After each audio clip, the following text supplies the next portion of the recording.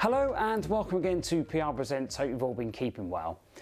Now, when any year draws to an end, it's often a time of reflection for us all, and particularly after the really bizarre year that is 2020. But despite the heavy lockdown restrictions imposed on us, one woman has taken the opportunity this year, even more so than normal, to reach out to help others. Praveen Sunar, great to see you. Hiya Patrick, thank you for having me on your show. Well, Praveen, we'll start off then with your Facebook page, which you set up in recent years, called Living the Life of Your Dreams, because if I can, you can. This sounds really motivational. What was your inspiration behind this? More or less, it's just my thought on that mindset is everything, and I wanted to build an online community and for like-minded people to inspire and support each other, especially on days when we may not be so motivated ourselves, and there's others there that can, motivate each other. Also, just to try and help people think positively, and just a forum of like self-improvement of the mind, and just linking to mental health. More so as this year during lockdown, I've been more open and accepting of myself, having bipolar. I was obviously diagnosed 4 years ago, and that's when I actually initially created this group. Yeah, and I only told a select few people then because I just feel I couldn't, share without judgment or, shame. But now, I feel, I can talk about it more. And yeah, within that group, it's just a forum to kind of just try and bring that awareness to people and to inspire others.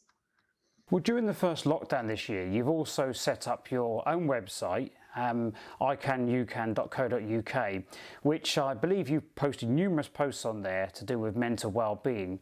Do you feel this has allowed yourself and indeed others to elaborate on such issues and past experiences? Yeah, definitely.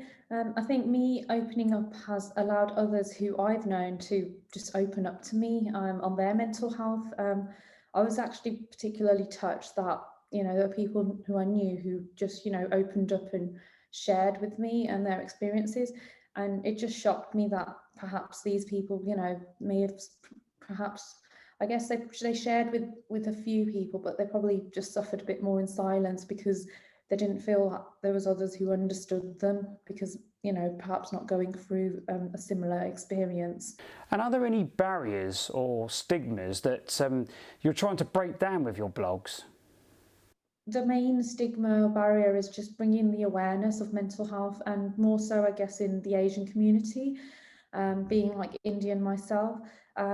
What I've realised is actually, and I've realised like with people opening up and just generally that there are particular people within like say extended families who have like mental health issues, but no one talks about it. It's just shoved under the carpet.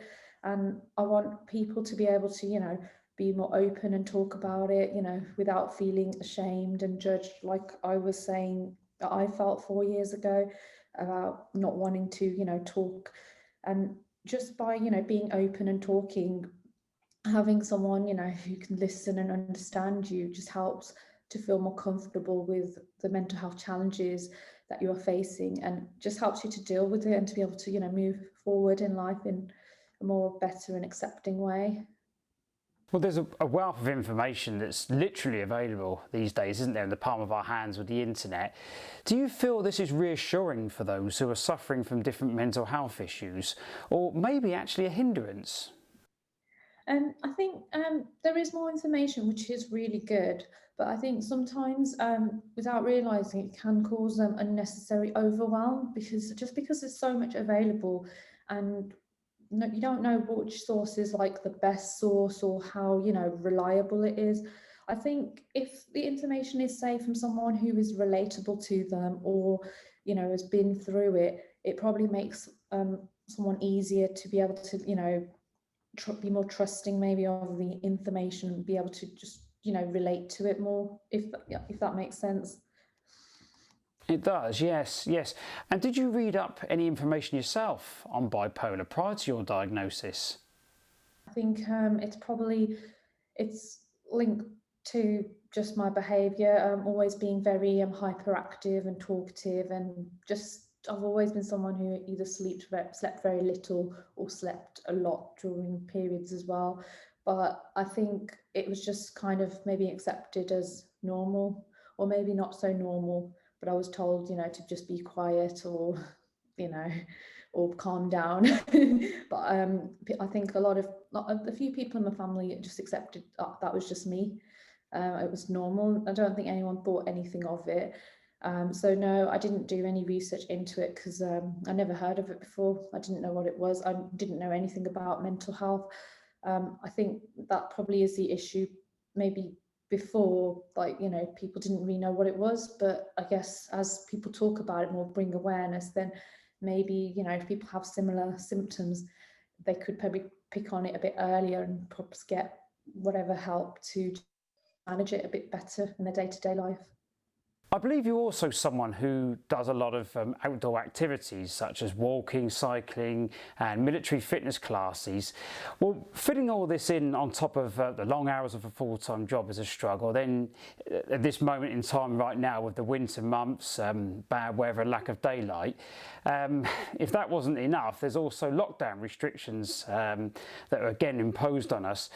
What have you actually found that you have been able to do in spite of all this out in the great outdoors?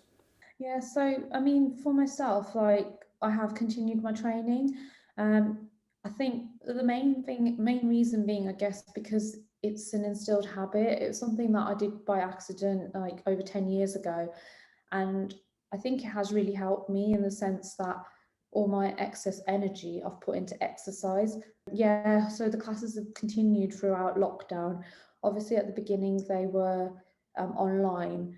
And that was fine because I used to like do it outdoors in the garden. Now we can attend the classes, so I do attend the classes outdoors, and they operate in any weather and even when it's dark. But I think just having that's been quite a good support for my mental health, because I guess it's just there's that social kind of element, obviously at a distance, and then you're doing the exercise and just being outdoors as well, and then it always feels great just having a nice warm hot shower after.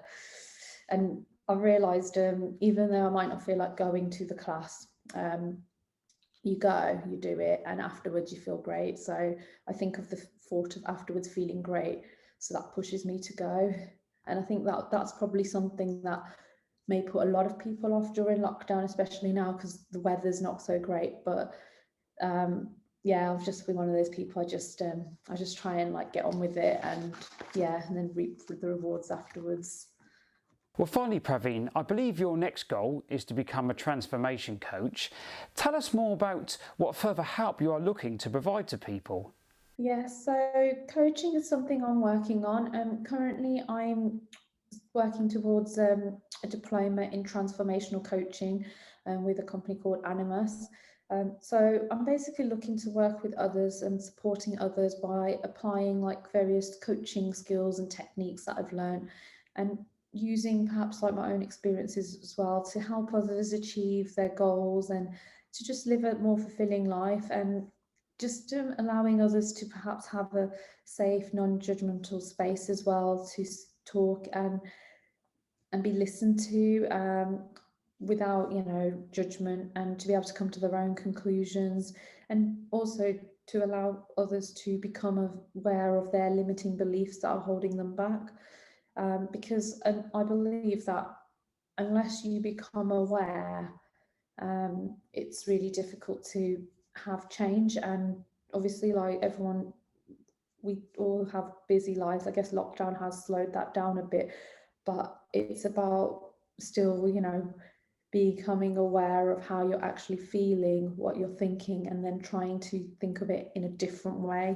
rather than just repeating the same like record to yourself again and again and again. So trying to tell yourself a different story, and that's where coaching kind of helps, because we ask certain questions to kind of make you think in a different way that you may not have thought about because you're trapped in that story. So yeah, so it's just something I'm training in at the moment, and yeah, hoping for next year to yeah, get kick-started with that. And do you feel that training towards this is actually helping to surround yourself with the powers of positivity? Yeah, definitely. I think doing the coaching myself is also helping me as well, because there's always room for improving yourself to, become a better version of yourself. And yeah, and obviously like the people I'm training with, we all have a similar kind of mindset of trying to, improve ourselves as well. And obviously the people we're working with, they want to come to coaching because they want to improve themselves as well. So it's just kind of building, I guess, that community and just knowing like, we've got that network where everyone wants to, build upon themselves, improve themselves. Yeah. And it's definitely been helping me a lot as well. Self-improvement is, I believe, is a lifelong process, and it's not something that happens overnight. It takes time, and sometimes just randomly the penny might drop because someone said something or you thought of something different, or through, you had the coaching session, and over time, like during the week, you just realize what was, spoken about, and that, something clicks. It's not something that happens just, in the session. Sometimes it can, but it's a long-term process. Well, Praveen, it's been fantastic to speak to yourself today and to learn more about all the help that you're providing there to others and, looking to strive towards, and really, really brave of you, I think, as well, to, how you stood up to your own battles over the last 4 years or so. So I really do wish you every success in your exciting coaching plans ahead. So good luck indeed. Well, that's it for today, folks. So please stay safe out there. Have a wonderful Christmas and New Year, and tune in again soon for more PL Presents.